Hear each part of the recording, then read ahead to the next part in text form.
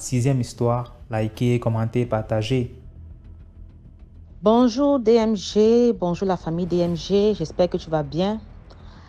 N'oubliez pas, avant de continuer, n'oubliez pas de commenter, liker et de partager.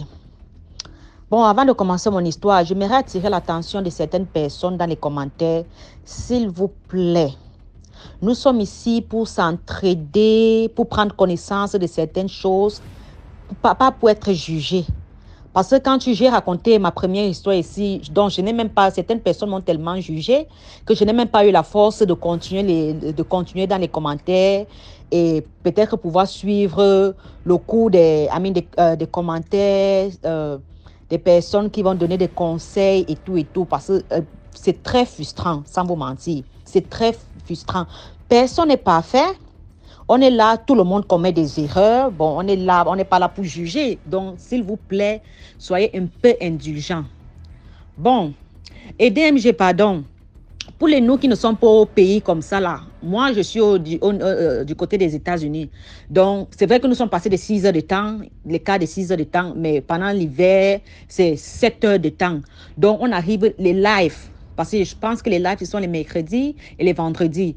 Donc, ce qui fait que moi, je ne peux pas assister au live. Peut-être que quand vous êtes en live, moi, je suis peut-être au travail. Je ne sais pas s'il y avait moyen de faire peut-être les lives, peut-être un jour de la semaine et peut-être par exemple le samedi ou le dimanche pour nous permettre à nous aussi de participer au live. Bon, c'était juste une parenthèse, merci. Bon, mon histoire se déroule dans les années 2012. Oui, je crois, à l'époque, j'étais en terminale, oui. J'ai fait la science anglophone, donc j'étais au Passy. Bon, on habitait du côté de Biémassi, précisément à Tam Tam. Bon, un jour dans la nuit, je dors. Je me rends compte que je suis déjà, je ne sais pas, on dit paralysée sur le lit, mais je n'arrive pas à bouger. C'était vers les environs de 2 heures, 3 heures comme ça. Je dormais avec ma petite soeur, je précise, je dormais avec ma petite soeur. Je n'arrivais pas à bouger sur le lit. Je suis comme paralysée, mais en fait, j'étais consciente. Quand j'ouvre les yeux, donc on dormait dans le noir, mais le reflet de la lune, il y avait juste une armoire. Je ne sais pas si on dit un armoire, une armoire. Bon, j'ai fait les études anglophones, bon, ne me jugez pas trop. Bon, au niveau de la fenêtre, donc là, ce qui fait que la lumière de la lune, dans la lumière de la lune, si je peux le dire, reflétait un peu. Donc, quand j'ouvre les yeux, je vois une grand-mère, mais je ne voyais pas très bien le visage, avait un petit garçon, mais c'est qu'elle était de teint noir, avait un petit garçon un peu brun, lui était de teint clair, mais un peu brun, assis sur la moire. Et donc, ils étaient en train de nous regarder. Moi, de mon côté, je me débattais, je n'arrivais pas à parler. Après un moment, donc je me suis tellement débattue. Après un moment, un cœur m'a dit, il faut prier. J'ai commencé à prier, prier, prier. Après, je me lève subitement. Je vois ma petite soeur se lève aussi subitement. Je lui demande pour être sûre que peut-être qu'elle a vu la même chose que moi. Je lui demande, qu'est-ce que tu as vu? Elle me dit, j'ai vu une grand-mère avec un petit garçon. C'est là où moi j'ai su que, effectivement, ce que j'ai vu, je n'étais pas en train de rêver. Le lendemain matin, parce que moi je suis née dans une famille très chrétienne, donc le lendemain matin, on s'est réveillé, on a raconté le rêve à notre mère, ma mère a prié, on a fait un tas de choses. Après, bon, c'est passé. L'année qui suivait, en 2013, j'ai eu mon bac. Bon, comme j'habitais du côté de Biémassi Tam Tam, donc ce qui fait que moi, je devais aller à Soie pour mes études universitaires. Bon, c'était la distance. Ceux qui vivent à Yaoundé connaissent la distance qui était Biémassi. Pour Soie, c'est pas évident parce qu'il faut prendre le taxi pour la Camé, il faut prendre les cars pour aller à Soie. Bon, j'avais un oncle, j'avais un oncle qui habitait du niveau de Omnisport, ceux qui connaissent Omnisport. Il habitait derrière la pharmacie Omnisport. Donc, c'était un peu plus facile. Du genre, tu sors, tu prends ton car, 200, après, tu es au campus. Bon, je décide donc d'aller chez mon oncle pendant la période des cours, parce que je crois que c'était 3 fois par semaine. En 4 fois, bon, je ne me rappelle plus trop. Donc, je pars chez mon oncle. Une nuit, bon, je suis restée là-bas pendant des temps, je n'avais rien vu. Bon, une nuit, je dormais. Quand je dormais avec mon cousin dans les lits en étage. Moi, je dormais en bas, lui dormait en haut. Dans le fils de mon oncle.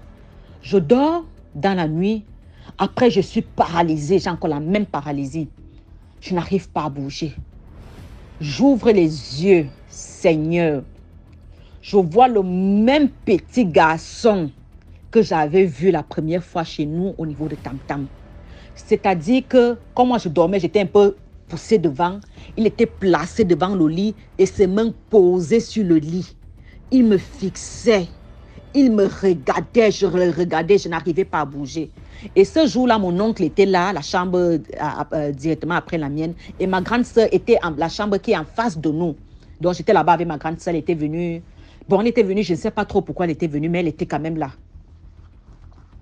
Le petit, c'est-à-dire le petit garçon, il me regarde, donc ses mains étaient posées sur le lit. C'était un petit garçon peut-être de 5 ans, si j'ai bonne mémoire. 5 ans, oui, 5 ans, pas plus. Placé au niveau de mon lit, il me regarde. Il me regarde. Je n'arrive pas à bouger.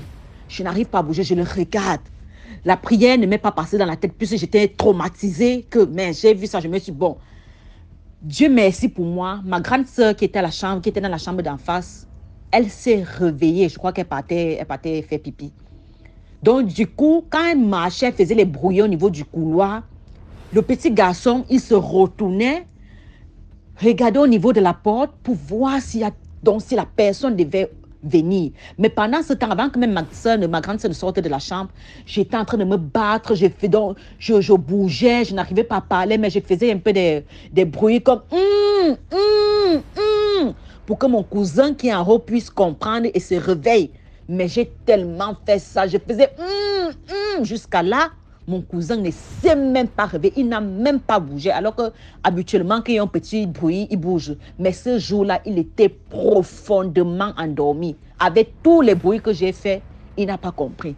Donc, quand ma grande soeur sort de la chambre, elle entend Donc, pendant qu'elle venait, pendant qu'elle marchait, il se retournait pour regarder au niveau de la porte. Il se retournait pour regarder au niveau de la porte. Après, quand ma grande soeur ouvert la porte, elle me dit, c'est là où je me suis levée. Elle me dit, c'est quoi? Je dis, il y avait un petit garçon. Elle-même m'a fait comprendre que quand elle était au niveau du couloir, elle a eu la chair de poule. Elle ne sait pas pourquoi. Donc, elle a eu une chair de poule. Après, subitement, elle a entendu dans les bruits de quelqu'un qui n'arrivait pas à parler, mais qui essayait de faire des bruits. C'est là où elle est entrée dans ma chambre. Je lui ai donc raconté que, bon, voilà ce qui s'est passé. Et tout, et tout. Comme je disais, nous sommes nés dans une famille chrétienne. Mon oncle lui-même, il est donc très chrétien. Il prie beaucoup. Il est venu, on a fait une prière, il a aspergé le sel béni. Je me suis oint avec l'huile d'olive bénie, on a prié. Bon, après ça, je n'ai plus jamais revu le petit garçon, plus jamais, mais j'ai toujours eu des paralysies de temps en temps. Bon, je ne sais pas trop qui c'était ce petit garçon parce qu'on avait vraiment prié ce jour-là. Et depuis ce jour-là, je n'ai plus jamais revu ce petit garçon. Bon, c'était un peu ça ma petite histoire. J'espère que vous allez commenter, liker et surtout n'oubliez pas de partager. Bye bye. Merci beaucoup pour l'histoire.